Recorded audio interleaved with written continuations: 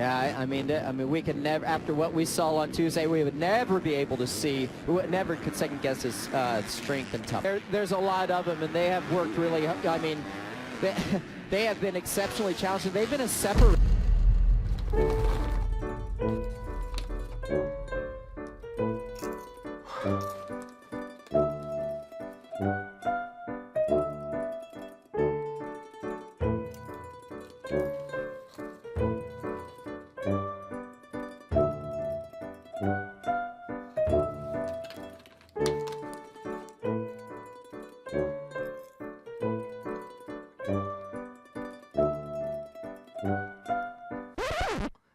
Hey, what's up, guys?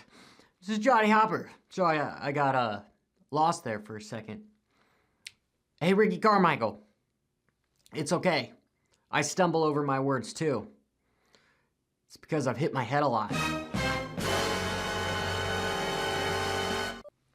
And it's 6:30 in the morning. I don't know why I'm eating popcorn. I just made a mess. What chance does a privateer have? Welcome to Supercross. What do you say to a factory ride? Trying to get better at Supercross. Figuring out the science. It's bright. It's bright. It's still bright. They work. Oh, they work. I can see. Okay, just put that back. It's bad science. Bad science. Jesus. All right, now that I'm blind, talk about some Supercross. Did anyone get that bit about Dungy? He had a pretty cool mask. Made by Oakley. Looked about as effective as the Supercross's concussion protocol.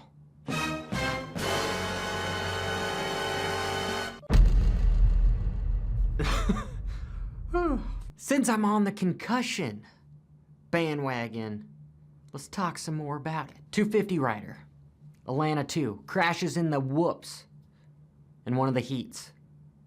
Gets up, finishes, does the LCQ. Something's not right.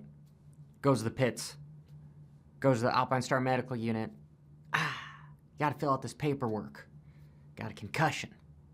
Maybe you can ride on Saturday. This is Tuesday. Saturday comes along. Sorry, you're not cleared. It's gonna take 4 to 6 weeks. Rider doesn't ride. McAdoo. He has hit the deck several times. Go back to when we were here the first Saturday. He's got to back it down just a little bit, just for his own safety at this point. Atlanta 2. Scorpions, his ass, has a hero ride. Finishes 3rd. You guys know my view on the protocol and what the medics did and the level of care that was seen on Supercross Live. It's also very interesting that at least this time they turned off the mics during the commercials, which is interesting. The cameras were not on Chris Blows during the red flag restart. Was that by design? I kind of think so. You know, somebody's thinking in the booth up there.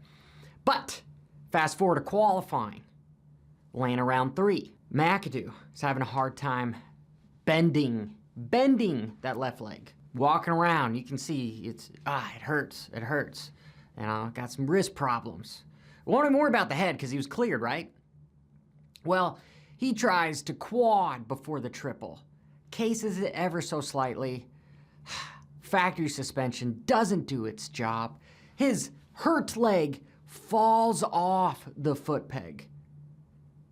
He is unable to get back on the peg. Has nothing to do with the injured leg. Ends up low-siding and then flipping his ass over a double without the motorcycle. Doesn't even land on the downside. Smacks his head at the bottom of the triple. Gets up. Cleared to race. One rider had a gnarly crash, but didn't look like 2 huge, catastrophic crashes within a week of each other. Was cleared to race. I get it. Things are different. Every scenario is different. It's hard to compare, and yes, I am comparing, but I'm just noting the sequence of events that happened.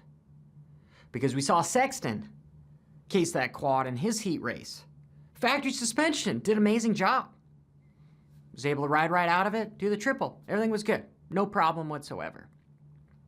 McAdoo is unable to even put that foot down around the corners.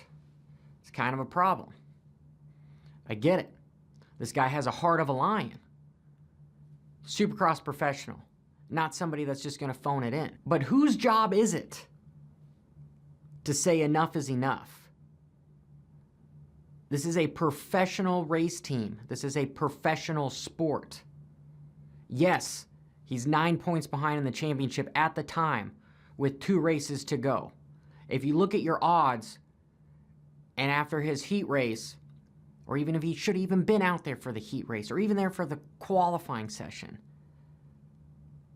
these guys are extremely talented professionals, but it doesn't matter what supplements you pump into them, the body still needs time to heal. And with that being said, the probability of him making points on Cooper are slim to none at this point. So what does a young man do? He races motorcycles for a living.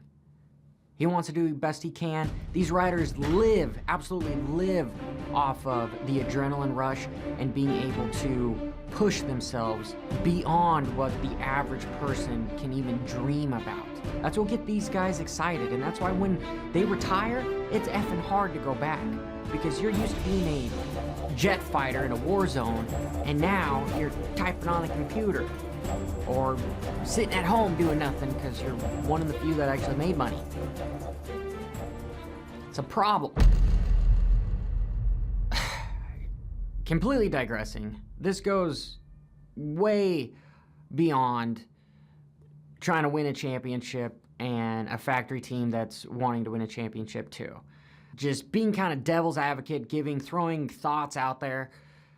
Maybe, just maybe, if McAdoo was making over 6 figures and just like any other professional sport had a riders union, maybe, just maybe, he wouldn't feel the need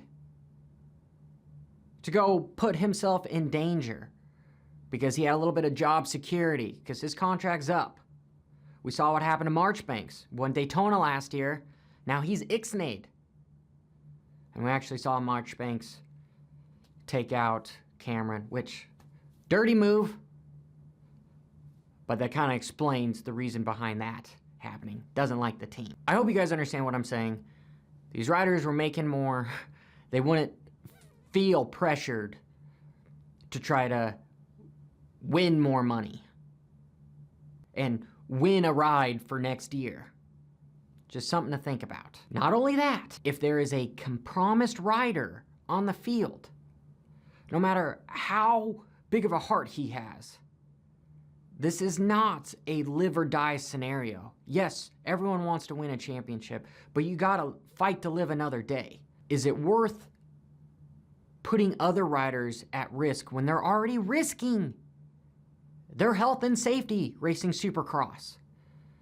For all you guys that don't understand how dangerous this sport is, the professional level is on another level as far as danger goes. There is a reason why you have Villapoto, you have Ricky Carmichael, you have Ryan Dungey, you have James Stewart, you have these amazing riders retiring at 25, 26, 27. The writing's on the wall, guys. It's dangerous. They want to be able to fucking walk and be able to spend their money. Nothing more to say. Moving on to the 450 class. 3 people I want to talk about. Kenny, Webb, AP. Start with AP. I think he's going to KTM next year. I think he's taking the Marv ride. At least that's a word on the street. Could I be right? Yeah. Could I be wrong? I'm more often wrong. So let me know in the comments below what you think about that. Dude has had an amazing season so far. I wrote him off, and I shouldn't have done that because he should have won 2 races by now, but had a little bit of bad luck in there. Kenny, whoop section. Gnarly ass whoops. Long set of whoops. Tall set of whoops. Deep set of whoops. However you want to describe it. These things get super cut out, especially when they're doing these long ass lap times and have this many riders on the track. And you're in Georgia. The type of dirt there is real ruddy. So, get these huge holes, right? End of the whoop section, get bigger ones. A motorcycle in motion stays in motion until an equal or opposite force stops the motorcycle. So if the dude's pinned in 4th gear, he's gonna stay pinned in 4th gear unless there's a big force, also known as a 12-foot tall whoop, slowing him down. And we got 20 of those suckers. He's obviously gonna go slower at the end. So the motorcycle's gonna drop and it's going to hit the bigger holes. And then you're gonna see the bike go ba-ba, side to side because he's in the privateer holes. The privateer holes. What do you start doing? You start seeing guys trying to jump through them. Whoops start getting super, super sketchy. Kenny actually goes down. And he's a smart man for getting back up and going, you know what? I could hurt myself there. I could hurt myself there. I'm in the lead. I need to check up a little bit in those whoops. And it's very difficult to find a different line in the whoops when you're already comfortable in one section, especially when the whole set of whoops is fucked. You know the far right side is fucked. You're probably thinking the left side's probably even more. You don't want to risk going down the middle because everyone goes down the middle. So what do? Kind of a confidence thing. You stay where you are. Actually, a confidence thing would be you'd be okay moving over, trying a different line. Kenny's scenario, he stays in that same line, but he slows down to make sure he doesn't crash. This gives Webb, who's been struggling the whoops all day, able to catch up. And then, because Webb is in Kenny's head, we've all said it, Kenny just lets him by. The reason why he let him by is because he thought Kenny was going in there to take his ass out, put him on the ground. Kenny thinks it's better to finish in second than to not finish at all. And that's how I viewed what happened between those two. It is blatantly obvious that the Webb wagon has cracked the Roczen. Should have never went that wide, but would have Webb taken him out with a couple laps to go? Maybe. Because it's a 6-point swing. Well, because it's 25 points to win, 22 to get second, 3-point swing. Points went from 13 to 10 if Kenny won, and they'd go from 13 to 16 if Webb won. We all know that Webb won. Let me know what you guys think about this whole video in the comments below. And make sure you hit that subscribe button like your WFO. You don't care about crashing.